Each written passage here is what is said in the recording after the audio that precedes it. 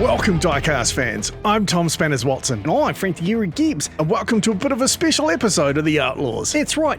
We're parked up here at Big Kahuna Corner because the streets are blocked off by the police. After the bike rider got run over outside the Steel Horse Saloon, Rick Johansson demanded that the cops go out and shut down the street racing. But being outlaws, we're not going to let a little thing like the streets being closed stop us from trying to race. You wouldn't be much of an outlaw if you followed all of the rules, right? Now, whilst we were able to get the races out, we weren't able to get the tow trucks, so if anybody crashes this week, they're going to be stuck where they are on the track. First to try their luck is OLLIE and Biohazard. Biohazard driving Toxic, OLLIE driving the Orange Beast. Toxic's obviously been through the wars, but is that going to slow him down, or is he going to be able to take down OLLIE in his showroom car? Well, it might look like a trailer queen, but he's definitely got some pace. Toxic trying to get up the inside, but he spins out in Bogan Alley. OLLIE gets his car pointed in the right direction, through Petrol Head Corner nice and clean, in through Big Kahuna Corner. Here he goes towards the police. He's slowing down. Oh my goodness, and he's rolled it right on the finish line.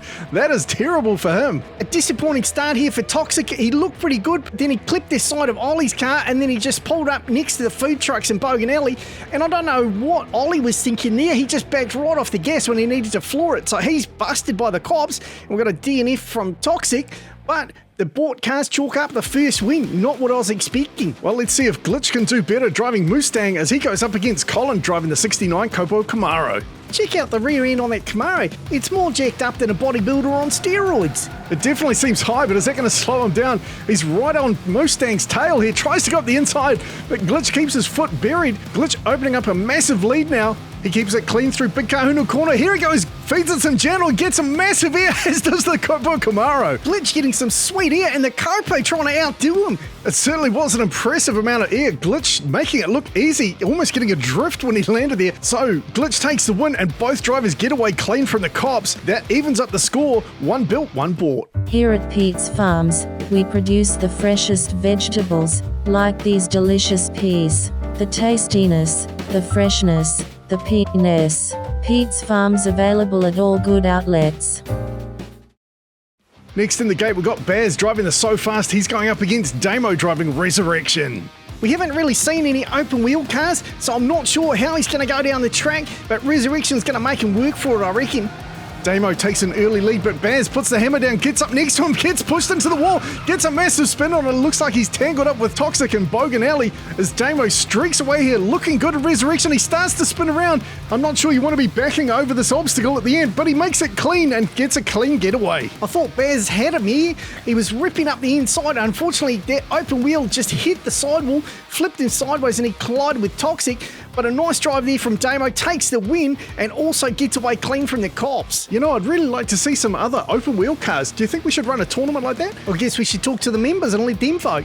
Next up, we've got Arlo and Highwayman. He's going up against Cameron, driving the Shoebox. Of course, one of the long-time competitors at the Canyon was Bobby Orff driving Cave-In, and Cave-In was one of those shoebox cars. How's Highwayman going to stand up to him? Both these cars have got big superchargers, but it looks like Cameron's taking the lead here. Highwayman sliding out as Cameron takes off with a big lead here, driving in reverse. I'm not sure if he's going to turn around to take the jump. No, he's going to take it in reverse as well, and he is going to take the win and gets a clean getaway.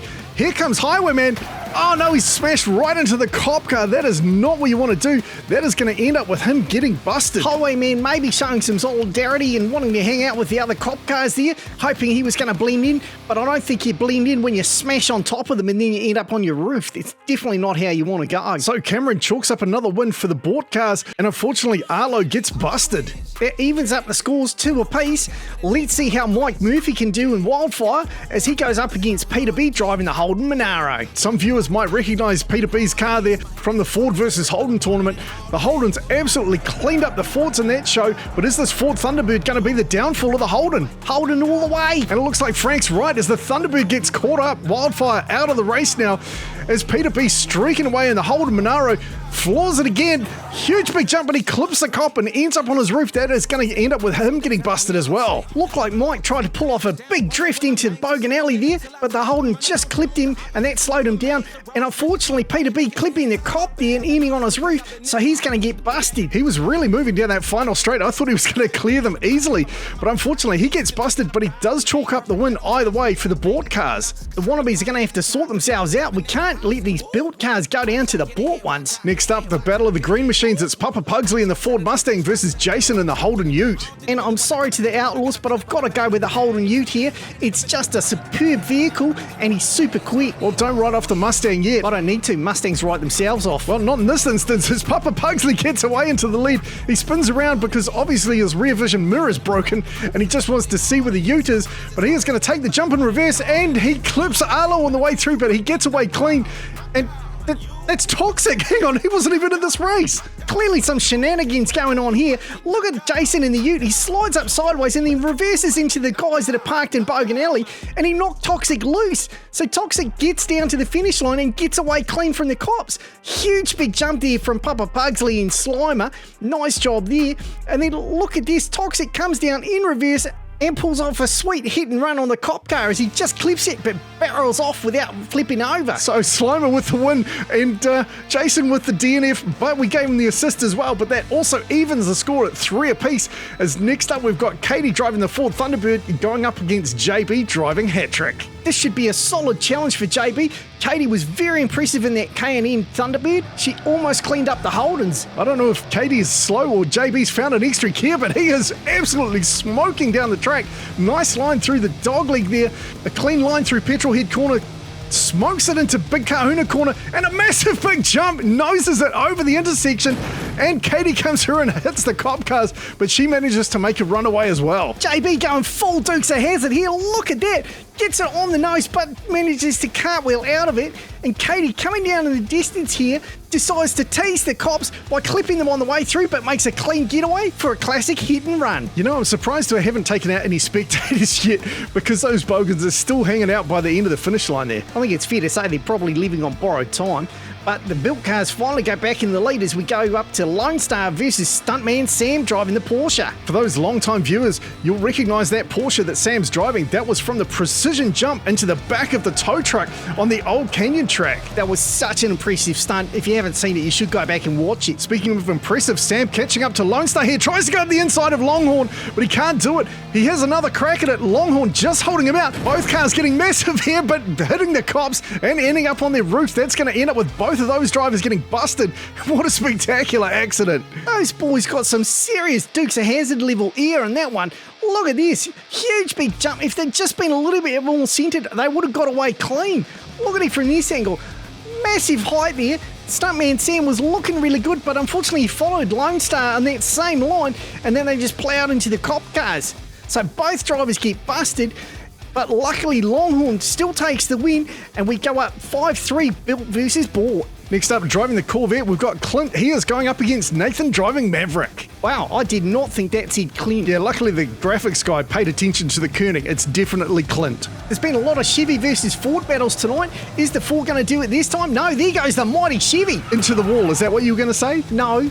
I was meaning it got into the lead, not into the wall. Nathan made short work of that Corvette as he streaks down to the finish line, and he gets massive air as well and makes a clean getaway. I'm so disappointed in this Corvette. He was looking good, but he plows into the wall and then parks up with the boys at Bogan Alley. But how about this jump from Nathan? It was super impressive, even if he did get thrown around right at the end, but what a great getaway. I think he might have landed the greatest distance so far. That is a huge jump. Oh, that boy got hang time like Michael Jordan. Yeah, it was for awesome. Isn't awesome spelled with an A?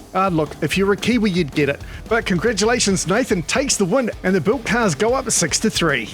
And in the final race tonight, Big Mike's in your mum. Freezing. Going up against Grant in the IROC. Those IROC Zs are super quick. I'm not sure if your mum's got the pace to keep up with it. I'm sure Big Mike will be working your mum really hard to stay all over that IROC. And it looks like the IROC's going to take an early lead here. Your mum left behind. Just wait till all 8 cylinders are warmed up, mate. The IROC goes sideways. Your mum smashes into it. The IROC gets going again now in reverse. Big Mike trying to find a way around. The IROC blocking the track.